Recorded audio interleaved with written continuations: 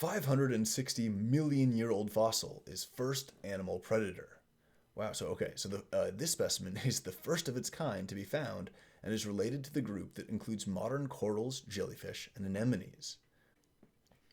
Geologists have found the fossil of the earliest known animal predator. The 560 million year old specimen is the first of its kind, but it's related to the group that includes corals, jellyfish, and anemones living on the planet today. The paleontologists who discovered it have named it Aurora lumina attenborii. Aurora lumina attenborii, named after Sir David Attenborough. Awesome. So the first part of its name is Latin for dawn lantern, in recognition of its great age and resemblance to a burning torch. Okay, let me try that again. Aurora lumina attenborii. All right, there we go. It was found in Charnwood Forest near Leicester in England. A fern-like impression in stone turned out to be... Oh, interesting. Okay, so this was discovered a long time ago.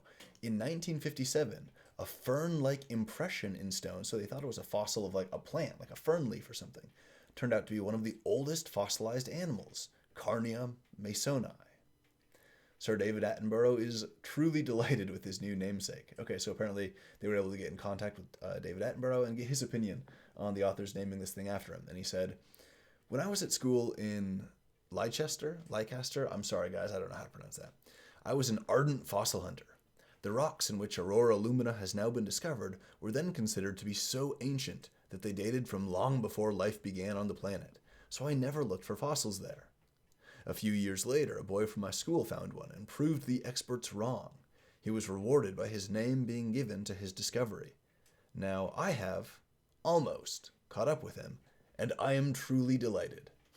Well, hey, that's awesome to hear. You know, you love to hear when legends in the field are just tickled pink by, some cool discovery or by some gesture of respect, like naming a new species after him. That's awesome. In this case, of course, he is referring to Roger Mason, after whom the original Carnea masoni was named. Now, this new discovery of Aurora lumina, reported in Nature, Ecology, and Evolution, throws into question when modern groups of animals appeared on Earth. Dr. Phil Wilby, paleontology lead at the BGS, is one of the scientists who made the find. He said, quote, "It's generally held that modern animal groups like jellyfish appeared 540 million years ago in the Cambrian explosion. But this predator predates that by 20 million years. It's the earliest creature we know of to have a skeleton. So far we've only found one, but it's massively exciting to know there must be others out there, holding the key to when complex life began." Well, that's really cool. Okay, so when and where was it found? Artist's outline of the Aurora lumina attenborii over an image of the fossil. Okay, so here we have an image of the fossil, and here's the artist's outline. Oh, that's pretty neat. So here's the raw fossil. It looks just like a weird impression in the rock, almost. But after deeper analysis, you can start to see the stalks, the main body mass, and what appear to be tentacles or some kind of appendages appear at the top, like just like this image that we see. This looks like a colorized image of it. Okay, there we go. Very cool stuff. Paleontologists still flock to the forest to examine its Ediacaran period fossils, aged between 635 and 538.8 million years. So this is like some of the oldest stuff out there when you're talking about animals. Like, you go beyond 635 million years ago, and if there's any animals at all, they might be tiny, microscopic. Any animal life that existed would have been extremely small and extremely primitive. Anyway, they spent over a week cleaning a 100-meter square rock surface with toothbrushes and pressure jets. They took a rubber mold of the whole surface and captured the impression of over 1,000 fossils, and one stood out from the crowd. Dr. Frankie Dunn from the Oxford University Museum of Natural History carried out the detailed study. He said, "This is very different to the other fossils in Charnwood Forest and around the world. Most other fossils from this time have extinct body plans, and it's not clear how they're related to living animals. This one clearly has a skeleton with densely packed tentacles that would have waved around in the water, capturing passing food, much like corals and sea anemones do today. It's nothing like anything else we found in the fossil record at the time. That's the important details at the time. This is apparently one of the oldest specimens like this, so it may represent, if not the first, perhaps one of the first lineages of animals that have evolved, larger size, these stalks, these large bodies with the tentacles and stuff, the ability to filter feed and basically capture stuff floating in the water, pull it in, and eat it. Dunn calls the specimen a lonely little fossil and thinks it originated from shallower water than the rest of the fossils found in Charnwood. He said, quote, "The ancient rocks in Charnwood closely resemble ones deposited in the deep ocean on the flanks of volcanic islands, much like at the base of Montserrat in the Caribbean today. All of the fossils on the cleaned rock surface were anchored to the seafloor and were knocked over in the same direction by a deluge of volcanic ash sweeping down the submerged foot of the volcano, except one, Attenborough. I'd lost it. An Attenborough. The scientific name, It lies at an odd angle and has lost its base, so appears to have been swept down the slope in the deluge." Here's Dr. Phil Wilby with a 3D laser scanner looking at the fossil imprint. All right.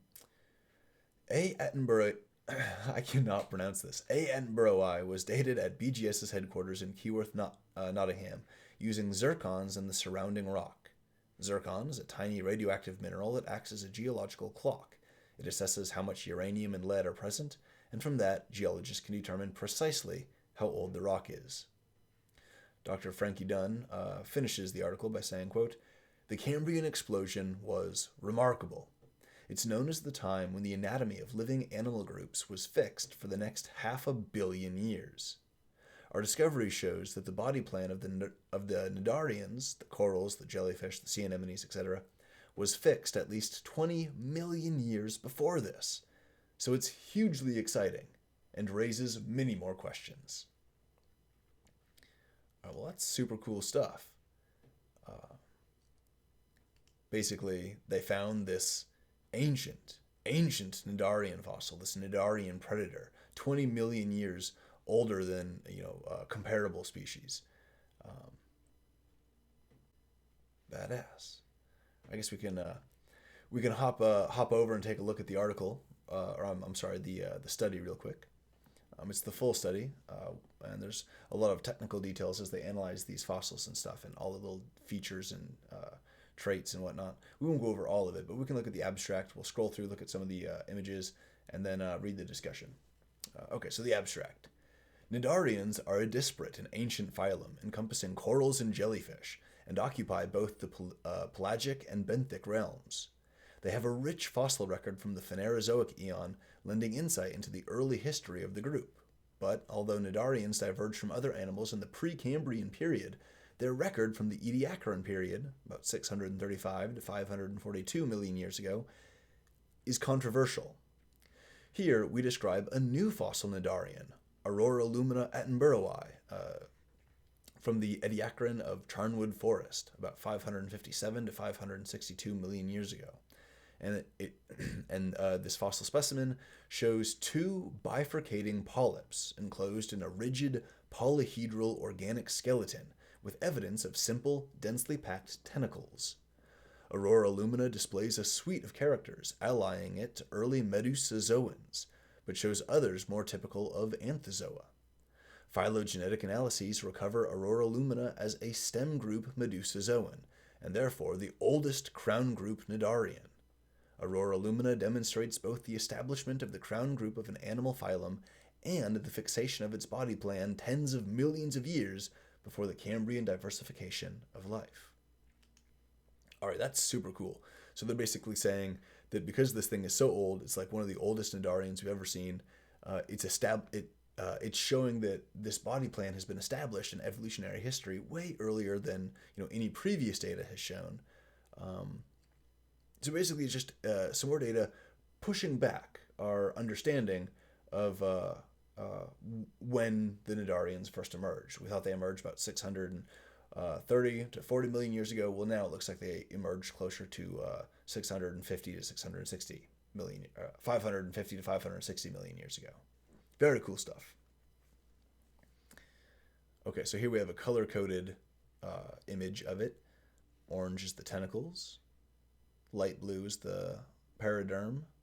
Dark blue is the sulcus peak. Okay, so it looks like it's over here. And here in the middle. Light blue is the sulcus margin. And then obscuring sediment over everything else. Interesting. So here they're doing a bit more analysis. Some closer line drawings to illustrate, where it is in the rock. Okay, fascinating. Here they're rotating it around a bit. Rotation of goblets. Burial and collapse. Okay, so this is like hypothesizing about how it would have been fossilized with that volcanic ash flow under the water. Diagnosis, description, taphonomy, and interpretation. Okay, here's where they want to put it. Let's look at this picture a bit closer.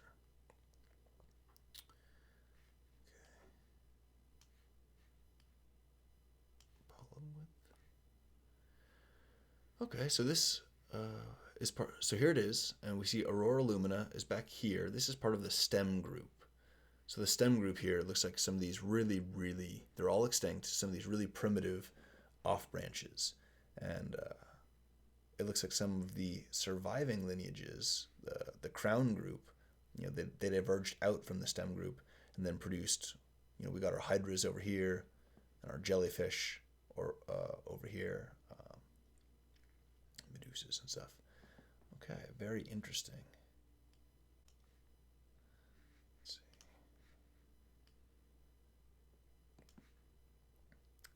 Phylogenetic position and morphospace occupation. Interesting. Okay, so this is like, I'm not sure I understand this graph, but just looking at it really quickly, it looks like it's a graph of like fossils and what time periods they're present in, going from the Ediacaran to the Cambrian. Okay, and where they're presented. Some of these are only in the Ediacaran, but they were probably extinct before the Cambrian. All right. That's pretty neat. Okay, discussion. How long is this? Oh, it's a big old discussion. That is a very big discussion. Okay.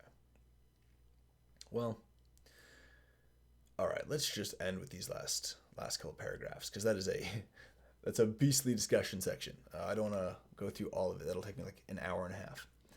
But they end their paper by saying, quote, Aurora Lumina confirms the presence of crown group Nadarians coeval with the oldest assemblage of the Ediacaran microbiota, and is the most ancient fossil that can be reliably ascribed to the crown group of any living animal phylum. Wow. Living Nadarians, other than derived parasitic groups, use their tentacles to catch food, and the presence of a dense tentacular crown would support a similar life habit for Aurora Lumina. Aurora Lumina may have fed on diversifying phytoplankton, or protists, but additionally may have consumed an emerging zooplankton. So these would have been some of the really early microscopic animals. The presence of a stem group Medusazoan necessitates the presence of other Nadarians, as well as other early diverging animal lineages known to have planktonic phases in their life cycle, like poriferans and ctenophores. Additionally, the cosmopolitan distribution of rangiomorph taxa has been used to infer the presence of a waterborne planktonic propagular stage on which Aurora Lumina may have fed. All right, that was a nutso sentence. So what that basically meant, though, the cosmopolitan distribution, right? That means it's cosmopolitan distribution means that they're distributed in a wide variety of habitats. They might have a global distribution almost, but they can settle in a lot of different places. Then they say of rangiomorph taxa. So this is going to be like similar taxa, related taxa that are also in the same geographic ranges. So the cosmopolitan distribution of rangiomorphic taxa, also morphologically similar, of course I said that, I believe, has been used to infer the presence of waterborne planktonic propagular stage. So what that means is that because they see all of these somewhat related looking species spread out all over the place, and there seem to be patterns in this regional, geographic distribution and the morphology of all these different taxa, what they're suggesting is that this animal reproduced with a plankton stage, or perhaps a larval stage, pre-larval, or maybe pre-adult. It was free living and would swim through the water, find some place to settle and anchor to the soil before growing into the actual like polyp stage, whatever it is, where it has the cups with the tentacles. But during that waterborne planktonic stage, what they call it a propagular stage, it can swim a little bit, it can move a little bit, and so you get these every generation, these short little jumps of transport, going here, going there, and slowly entire lineages can populate entire undersea mountain valleys, or whatever geography they happen to settle on. That cosmopolitan distribution tells me that they can settle on a wide range of undersea habitats. All right, let's wrap this up. Aurora lumina is a thecate Nadarian with polyhedrally symmetrical paraderm and extends the fossil record of crown group Nadarians by about 25 million years, deep into the Ediacaran period. Animal body plans are widely assumed to have become fixed during the Cambrian explosion, but Aurora lumina demonstrates that at least one crown group Nadarian body plan had already been established tens of millions of years previously. All right, well, there you go. See if there's any just citations. Very cool stuff on this crown group Nadarian. So there you go. There's another deep look into our evolutionary history of not just vertebrates, not just deuterostomes, not just protostomes, but all eukaryotic life here like this. Incredible stuff.